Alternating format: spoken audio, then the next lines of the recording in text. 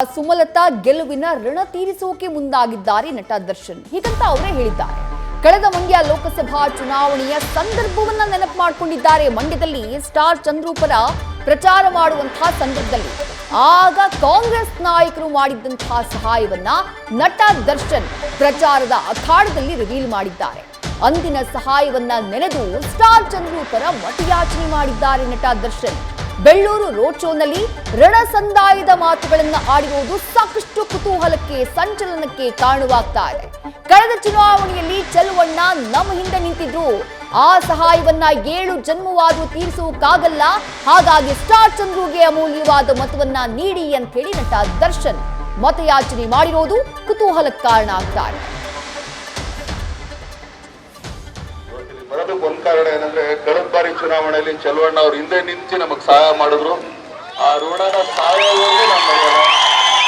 ಯಾಕೆಂದ್ರೆ ಪ್ರತಿಯೊಂದು ಅವರು ನಾಗಮಂಗಲ ಪ್ರತಿಯೊಂದು ಹೋಬಳಿಲಾಗ್ಲಿ ತಾಲೂಕಲ್ಲಾಗ್ಲಿ ಅವ್ರು ನಮ್ಗೆ ನೀಡಿದಂತ ಸಹಾಯ ನಿಜವಾಗ್ಲೂ ಈಜಲ್ಲ, ಇನ್ನೊಂದು 7 ಜನ್ಮ ಉಟ್ಕೊಂಡ್ರು ನಾವು ತಿರ್ಸಕ್ಕಾಗಲ್ಲ.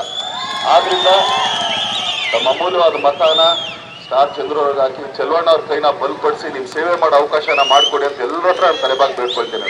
Thank you.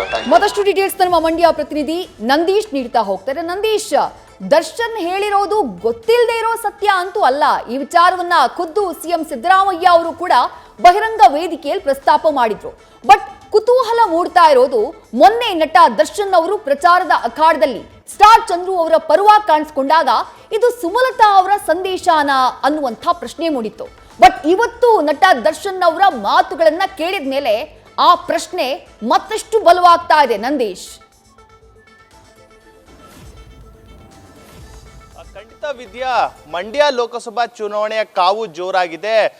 ಏನು 2 ಪಕ್ಷದ ಅಭ್ಯರ್ಥಿಗಳು ಇದೀಗ ಒಂದು ಪ್ರಚಾರವನ್ನ ಮಾಡ್ತಾ ಇರುವಂಥದ್ದು. ಅಬ್ಬರದ ಪ್ರಚಾರದ ಜೊತೆಗೆ ಇದೀಗ ಕಾಂಗ್ರೆಸ್ನ ಅಭ್ಯರ್ಥಿಯಾಗಿರುವಂತಹ ಸ್ಟಾರ್ ಚಂದ್ರು ಅವರಿಗೆ ನಟ ಚಾಲೆಂಜಿಂಗ್ ಸ್ಟಾರ್ ದರ್ಶನ್ ರವರ ಬಲವೂ ಕೂಡ ಸಿಕ್ಕಿರುವಂಥದ್ದು. ದರ್ಶನ್ ರವರು ಈಗಾಗಲೇ ಮಂಡ್ಯ ಜಿಲ್ಲೆಯಾದ್ಯಂತ ಸ್ಟಾರ್ ಚಂದ್ರು ಅವರ ಪರ ಕ್ಯಾಂಪೇನ್ ಅನ್ನ ಮಾಡಿ ಮತಯಾಚನೆ ಮಾಡ್ತಾ ಇರುವಂಥದ್ದು. ಈ ಬಾರಿ ಸ್ಟಾರ್ ಚಂದ್ರು ಅವರಿಗೆ ಒಂದು ಅವಕಾಶವನ್ನ ಕೊಡಿ, ನಿಮ್ಮ ಸೇವೆಗಳ ಮಾಡೋದಕ್ಕೆ ಅನುವನ್ನು ಮಾಡಿಕೊಡಿ ಮೂಲಕ ಇದೀಗ ದರ್ಶನ್ ರವರು ಮತಯಾಚನೆಯನ್ನ ಮಾಡ್ತಾ ಇರುವಂಥದ್ದು.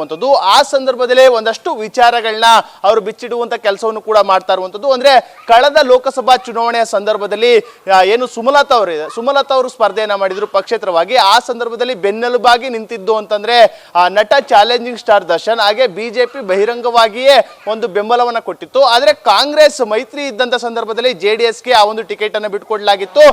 ಆದ್ರೆ ಇಲ್ಲಿನ ನಾಯಕರು ತಟಸ್ಥವಾಗಿ ನಾವಿರ್ತೀವಿ, ಈ ಒಂದು ಚುನಾವಣೆಯಲ್ಲಿ ನಾವು JDSಗೆ ಬೆಂಬಲವಾಗಿ ನಿಲ್ಲಲ್ಲ ಎಂಬ ಮಾತುಗಳನ್ನ ಹೇಳಿದ್ರು. ಆದ್ರೆ ಇಲ್ಲಿ ತಟಸ್ಥವಾಗಿ ಅಂದು ಕಾಂಗ್ರೆಸ್ ಇಲ್ಲ ಎಂಬುದು ಈಗಾಗಲೇ ಎಲ್ಲರಿಗೂ ಕೂಡ ತಿಳಿದಿರುವ ವಿಚಾರ.